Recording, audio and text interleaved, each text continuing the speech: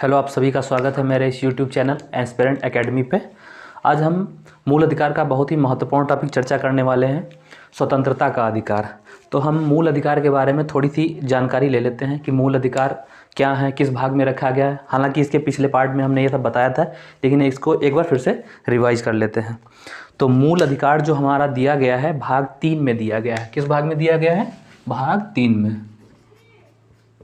भाग 3 में मूल अधिकार जो हमारा है भाग 3 में दिया गया, और भाग 3 को हमारा क्या कहते हैं? संविधान का मैग्ना कार्टा। क्या कहते हैं? भाग 3 को मैग्ना कार्टा। मैग्ना कार्टा होता क्या है? तो ब्रिटेन में जो नागरिकों के जो मूल अधिकार दिए गए थे उनका एक प्रपत्र तैयार किया गया था, तो उसे ही वहाँ का मैग्ना कार्टा, जो नागरिकों के अधिकार की बात करता है तो वहाँ उसे मैग्ना कार्टा कहा गया था। तो उसी संदर्भ में जो हमारा मूल अधिकार है, तो मूल अधिकार जो नागरिकों को भाग 3 में दिए गए हैं, संविधान के भाग 3 में, इसे यहाँ मैग्ना कार्टा कहा गया है। मूल अधिकार ये भी पूछा जा सकता है कि संविधान में जो कौन सा भाग है ऐसा है जिसे भारत का मैग्ना कार्टा कहा जाता है, तो वो भाग 3। क्वेश्चन ऐसे कथन कारण में बन सकता है कि भाग 3 को संविधान का मैग्ना कार्टा कहते हैं, और कारण में ये कह सकते हैं कि भाग 3 में हमारे मूल अधिकारों की चर्चा की गई है। तो कथन भी सही है और कारण भी सही है, तो इसकी व्याख्या भी कर रहा है। क्योंकि जो अधिकारों की बात करता है, ब्रिटेन में जो अधिकार दिए गए थे नागरिकों के ब्रिटेन के राजा के द्वारा, तो उसे मैग्ना कार्टा कहा गया था। तो उसी संदर्भ में यहाँ भी लिया गया है। तो भाग 3 को मैग्ना कार्टा इसीलिए कहा जाता है क्योंकि ये उसमें मूल अधिकारों के बारे में चर्चा की गई है।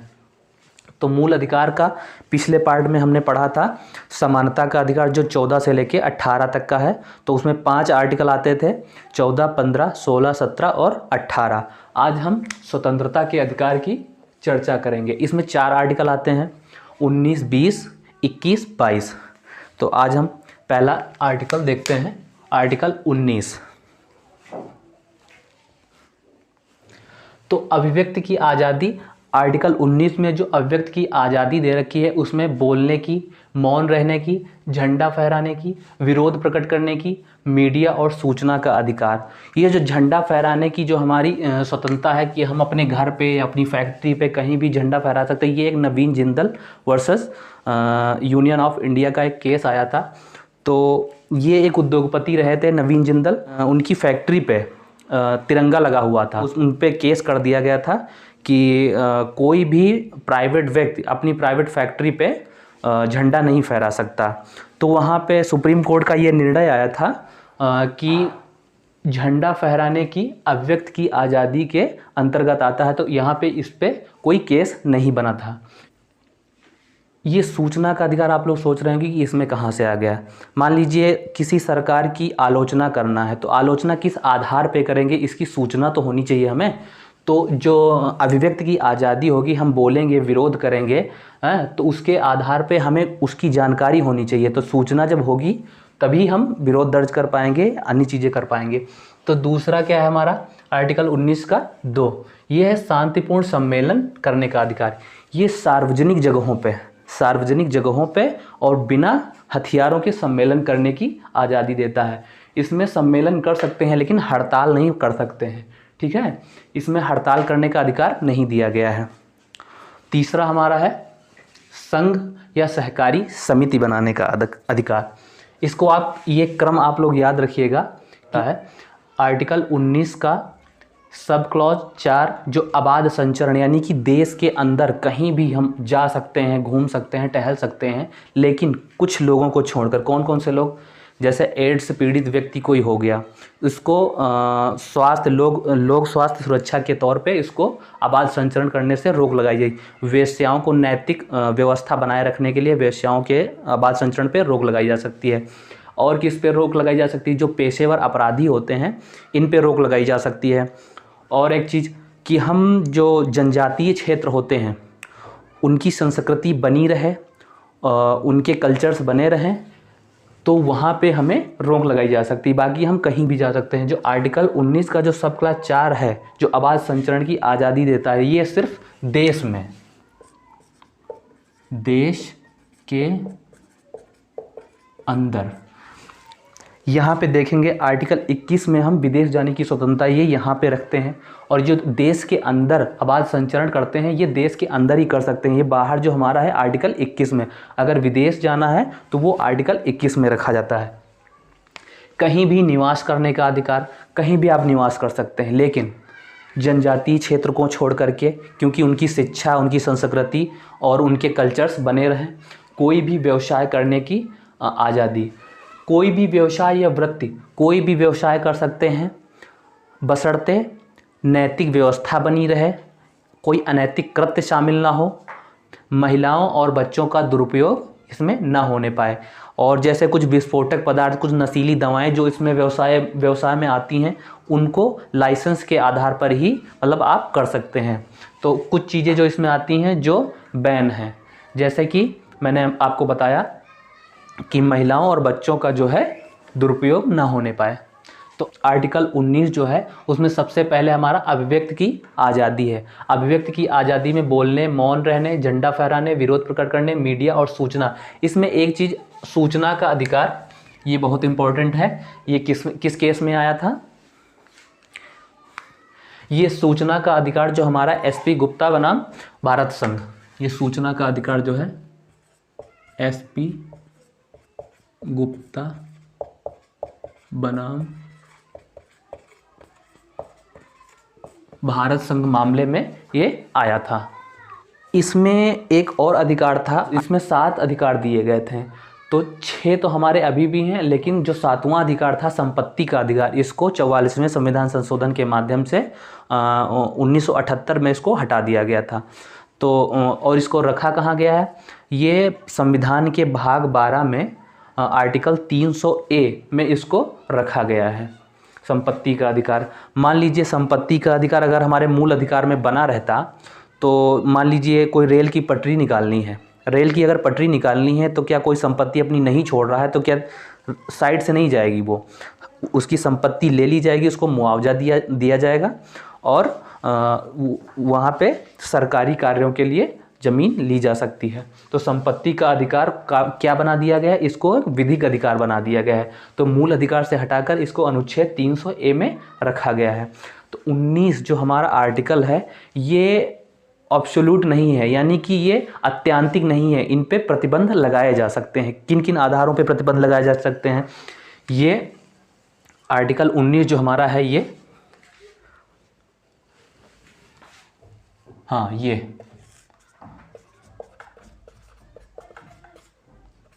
अत्यांतिक नहीं है। अत्यांतिक अर्थात एब्सोल्यूट, यानी इन पर प्रतिबंध लगाए जा सकते हैं। किन किन आधारों पे प्रतिबंध लगाए जा सकते हैं? तो भारत की एकता और अखंडता की अगर बात आ जाती है तो वहाँ पे इन पे प्रतिबंध लगाया जा सकता है। सुरक्षा हो, लोक व्यवस्था को बनाए रखने में, नैतिकता की स्थापना और न्यायालय की अवमानना। न्यायालय की अवमानना में एक प्रशांत भूषण जी जो सुप्रीम कोर्ट के वो वकील हैं, उनका एक मामला था। उन्होंने CJI यानी कि चीफ जस्टिस ऑफ इंडिया के ऊपर एक कमेंट किया था। तो उसमें कमेंट ये किया था, कोई BJP लीडर थे, तो उन्होंने एक बाइक पे 50 लाख की लगभग बाइक रही होगी, तो उन्होंने ट्वीट किया था। उस समय कोरोना काल था, तो कोरोना काल में वो कुछ लोगों के साथ खड़े हुए थे बिना मास्क के, और BJP के लीडर जो थे उनकी बाइक थी। तो उस मामले में उनके ऊपर, प्रशांत भूषण जी के ऊपर, कि न्यायालय की अवमानना हुई है, तो उनके ऊपर केस कर दिया गया था। तो प्रशांत भूषण जी के ऊपर अवमानना का केस लगा दिया गया था, लेकिन अपने तर्क पे स्थिर रहे और उन्होंने कहा अभिव्यक्ति की आज़ादी है, हमने कोई ऐसा कोई ट्वीट नहीं किया है जिससे उसकी अवमानना हुई। तो उन पे सिर्फ 1 रुपये का चार्ज लगाया गया था। आर्टिकल 20 हमारा जो क्या कहता है, अपराध हेतु दोष सिद्धि के संबंध में संरक्षण। तो इसमें 3 अधिकार जो दिए गए हैं कि अपराध, अगर अपराध कोई हुआ है या नहीं हुआ है तो उसके संबंध में दोषी को या जिस पे केस चल रहा है उसको 3 अधिकार दिए गए हैं बचाव करने के। तो कौन कौन से?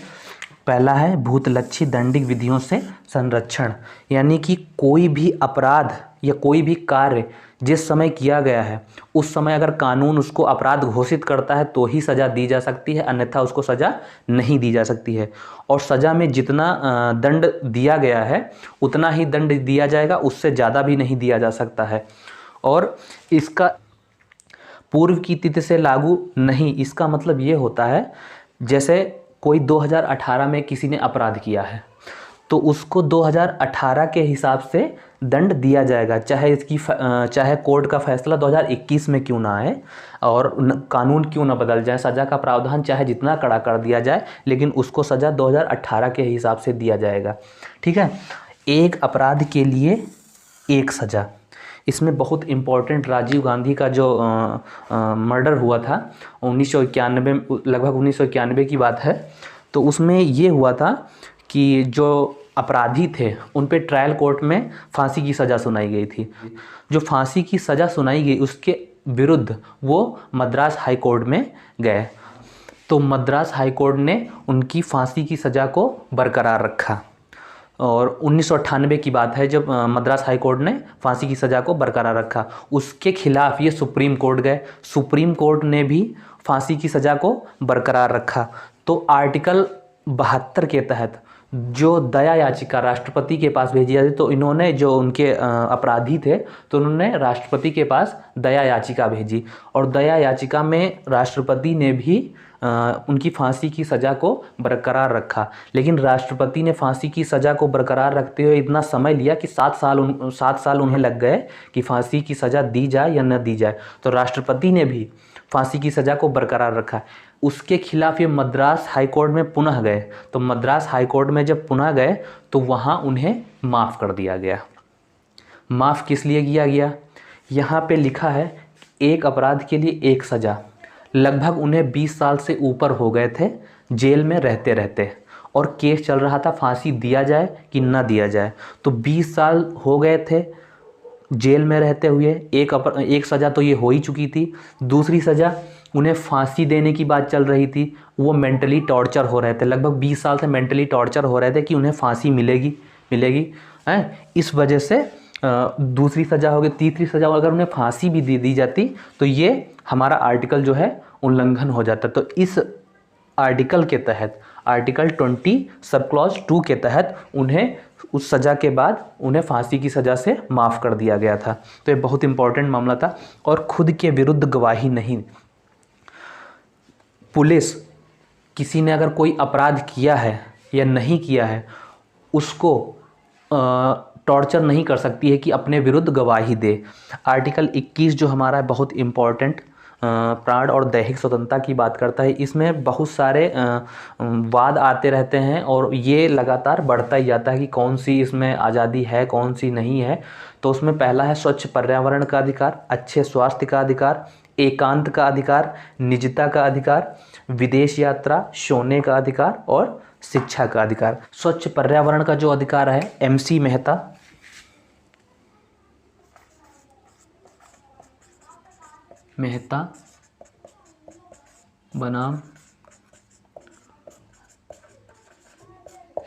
बनाम भारत संघ में ये स्वच्छ पर्यावरण का, और निजता का अधिकार